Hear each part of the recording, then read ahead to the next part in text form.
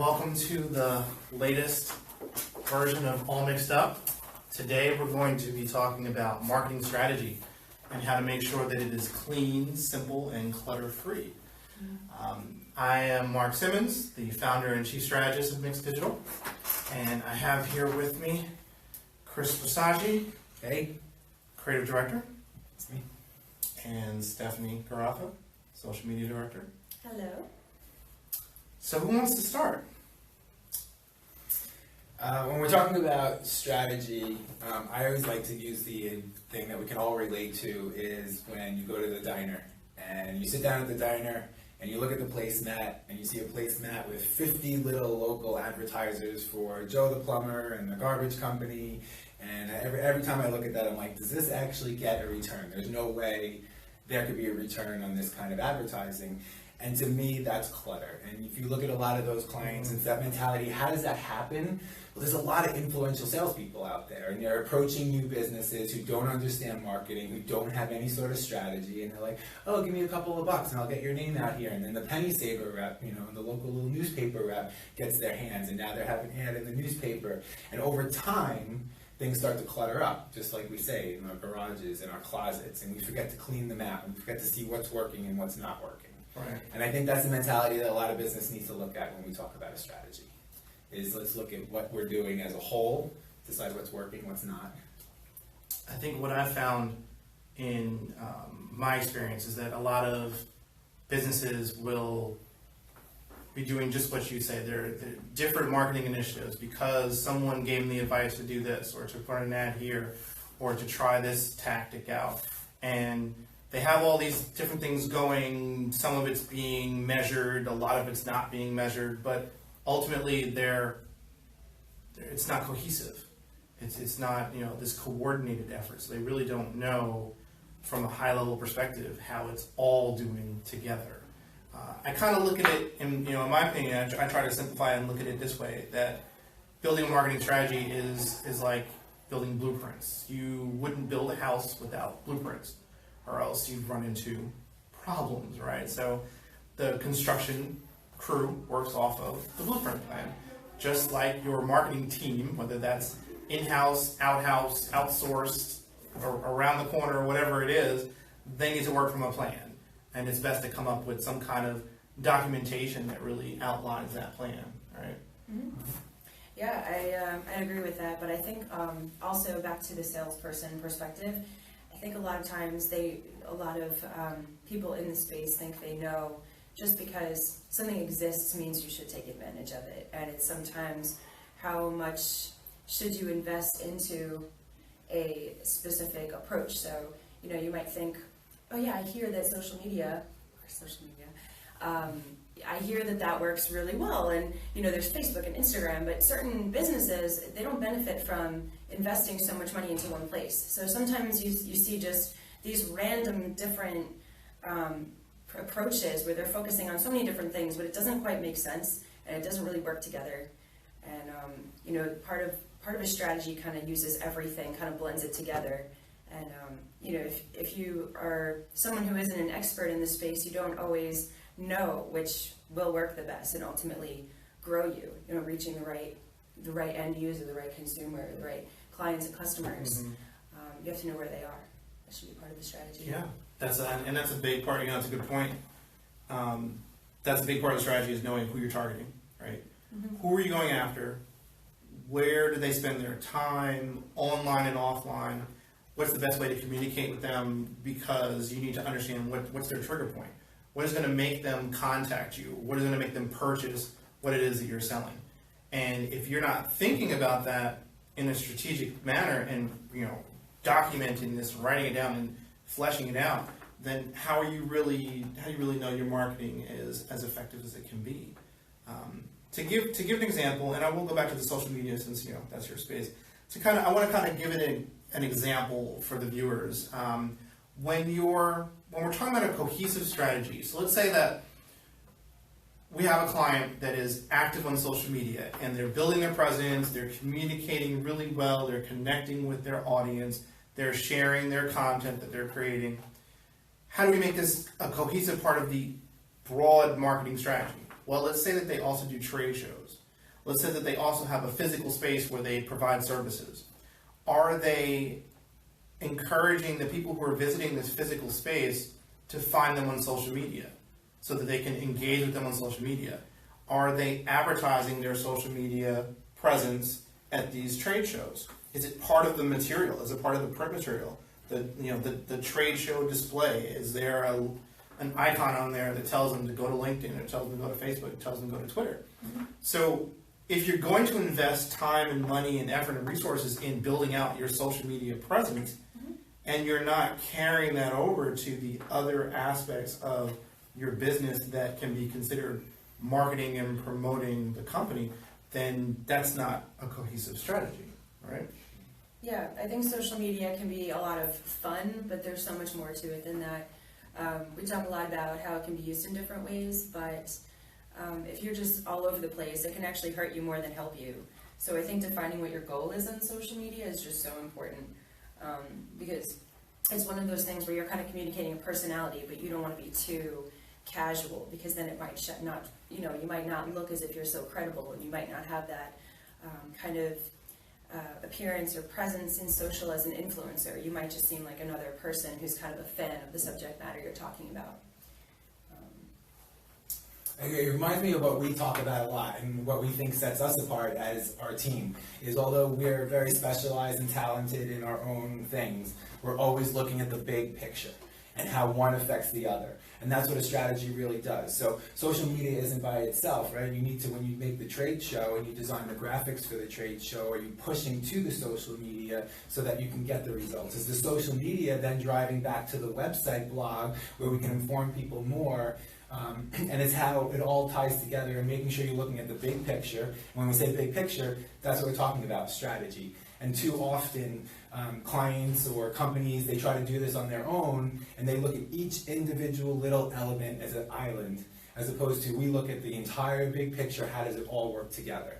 And that's really important, because that's what's overall going to push your bottom line. Not one thing is going to step up your bottom line, it's how it all works together. And you mentioned the blog, and I have to shout out that we put out a blog post today that talks about decluttering your marketing. Is your marketing a cluster? Right? and just has it become so entangled and entwined and reaching in different areas that it doesn't make sense anymore, it's not effective. The beauty of digital marketing is that you can measure everything. We can track and measure and set goals and key performance indicators, and then we can use that data to optimize our efforts. So when I think about decluttering your marketing, I think about all these extraneous things that aren't generating revenue. And how do you know if they're not generating revenue if you're not tracking them? So that's the first thing that comes to mind, is make sure that you track everything that you can do. And that does relate to offline efforts too. There are ways that you can add in data to applications like Google Analytics that is not web-based, but terrestrial-based, for lack of a better word. Like you have a retail brick and mortar store, and you want to talk about how many people walk through and come and visit the store, and you want to talk about point of sales data. You can upload that into Google Analytics. So you can marry the two. You can marry that offline and online information so that you can then get a holistic picture. You can look at how people are behaving on different devices and use that to tweak your overall strategy. And that's the thing that is very important to always be thinking about. How do I make it better? So we talk about, you need to evaluate your strategy as it is, but you need to reevaluate. You need to think about periodically, whether that's quarterly or semi-annually, that you're always looking at your current strategy. How does that fit in with current best practices and your experiences and what you're seeing, and what changes do you need to make? Yeah, I think that's what's so great about working with a marketing team as opposed to one person, because it's so often you hear people say, okay, yeah, we have a strategy, now let's just stick to the strategy, and it's a set it and forget it kind of thing. And when you have people that are current on best practices, the world of digital changes every single day. People are always finding new things, and in order to stay on top of just one segment, it's a full-time job. It's something where if something doesn't work, you can take a look at the analytics and your data, and you shift gears and you say, this is something that we could try differently. And one of the beautiful things about marketing is that things don't always work, but it helps you always learn. I think that's an important thing. An important point to make. One of the things that we pride ourselves on here is that the team approach, the building of the team, and how each team member has their own set of expertise and specialty, and they contribute to the whole because they're so focused on theirs, on their segment. For you it's creative, for you it's social media, for me it's analytics and paid search. So I keep up with my areas, you keep up with your areas, you keep up with what's the latest and greatest in social media, and collectively that works well for our clients. We have someone that only handles web, someone that only handles PPC, someone that only handles SEO. That way, our clients are thinking of us in terms of they're an extension of their marketing team or their outsourced marketing team, and we bring that expertise in there that would be impossible if it was one person. Right, and not just that, but we also have those specific verticals that we become so experienced in. So you kind of have that, it's, I don't want to say bragging rights, because that, in and of itself sounds kind of like toot toot. But it's the truth. When you already know what kind of works for a particular vertical of clients, you kind of have a leg up on things. I mean, if you have an experience in the retail space and e-commerce, that's something that you know the strategies that work. It's just a matter of tailoring it in the right way for each different client. We work with different types of products, but that product needs to be marketed to a different consumer, as opposed to maybe an ongoing business to business kind of format where it's a totally different audience. But when you have that experience, you know what works. But most importantly, it's not a set it, forget it. It's not a one size fits all. And knowing how things work together and knowing maybe 20% this and then 10% that, that's what's really going to be the key in a marketing strategy. So to bring us back to the topic at hand and to bring value to the listener or the viewer, what are some ways, if everyone could give one way that you would declutter your marketing strategy, what would it be? Well, I'll have to talk from the point of creative. And so what I am always looking at when someone's looking at a marketing strategy is consistency in creative, consistency in voice, consistency in message, call to action, and even the little things. So very often you'll see a magazine will produce an ad for a client because they purchased it and they won't use the right logo, they won't use the right colors, they won't use the right fonts. So we'll talk that back as branding, which is all part of a strategy, and that's what is your creative messages that continually being carried across between your ads, between your emails, between your websites. And I think that's just as important as what mediums you're using in your strategy or how you're using them or the analytics, is keeping consistency throughout your execution of the strategy. Okay. All right. I mean, for me, it would be analytics, right? It would be track everything, measure everything, make sure that all of your efforts are being measured, and you can use that information to make improvements. If you're not keeping score, how do you know if you're winning, right? It's just that simple concept. Yeah. I mean, it's what I see on social media is that there are so many different platforms and they're all really fun. I mean, I do this every day and I do it for a reason, is that I love it. But I can spend hours on Pinterest. I can spend hours on Facebook. But when it comes to actually focusing on a strategy, it's not the same as when you're using it as an individual user. It's when you're using it as, on the brand or company side. You have to take a look at your analytics and see what is the stronger driver of traffic to your website and what they're doing once they get there. Because ultimately, if you're investing, 10 hours into Pinterest and then, you're putting in, say, 30 hours into Instagram and you're seeing that you're not getting anything, and then you're putting 2 hours into LinkedIn, and that's where, it's a ratio, and when you really sit down and look at it, it's the kind of thing is, where are your efforts best spent? And when you look at your budget, if you're investing into certain things and you're just not seeing it coming back, I think everyone can attest to the fact that that's kind of stupid. Right. I mean, right. There's no other way to put it. Yeah. All right. Well, thank you for that.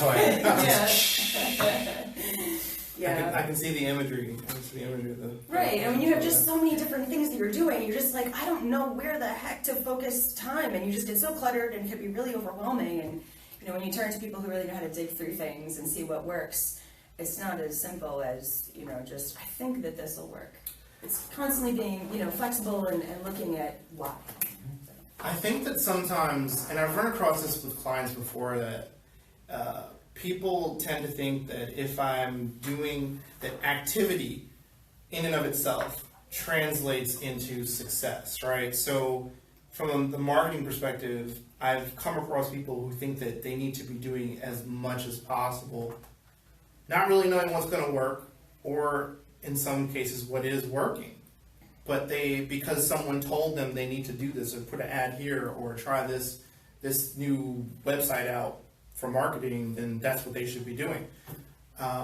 Where it makes better sense to start smaller, to focus, to really hone in your strategy, get it right in some respect, and then build upon it. And then you can start testing out these other platforms and opportunities so that you can make sure that they're working. And when you're adding on something, you can see, well, what's the change? Did we get incremental revenue or did we not? And what can we do to fix that? I think it's very important to make that statement that you need to not think about trying to do all things, but doing the right things. And it's easy to say that, but putting together a strategy and actually, talking through that, working with the professional to build that strategy out makes a lot of sense to, start you off in the right direction. Final thoughts? My final thoughts is go check out that blog that we put up. It's really good and explains this a little bit more detail, and it might be easier for the people out there watching to really relate and feel how this really applies more to them on a personal level. Mm-hmm. So we know who wrote that blog post. Shameless promotion. Yeah, and what I have to add is just that one of the great things about working with this team and when people work with us is that we have the right experts on hand, but we also just work so well together, and that's the kind of thing is when you have someone just saying, no, let's do this, let's do this, let's do this, and you're sitting there going, no, I want to do this, this, this. If you don't have those two brains coming together and having an understanding of how they can work together and where, where things might be, better spent, as I was saying, that's just a great way to declutter, and that's where you really have the strategy come together. It's also the team you choose to work with. My final thought is that you owe it to yourself to evaluate your strategy. And if you don't have a strategy, then you need to get one, right? Get that blueprint. Get that blueprint. Yes. Build that marketing house. All right. Thank you for watching our latest installment of All Mixed Up. We hope that you found this useful. If you did, please like it, subscribe to the YouTube channel below. Check us out on social media. Check us out on the web at mixeddigital.com. Do it. And that's it. Thank you. Thank you. Bye-bye. Woo!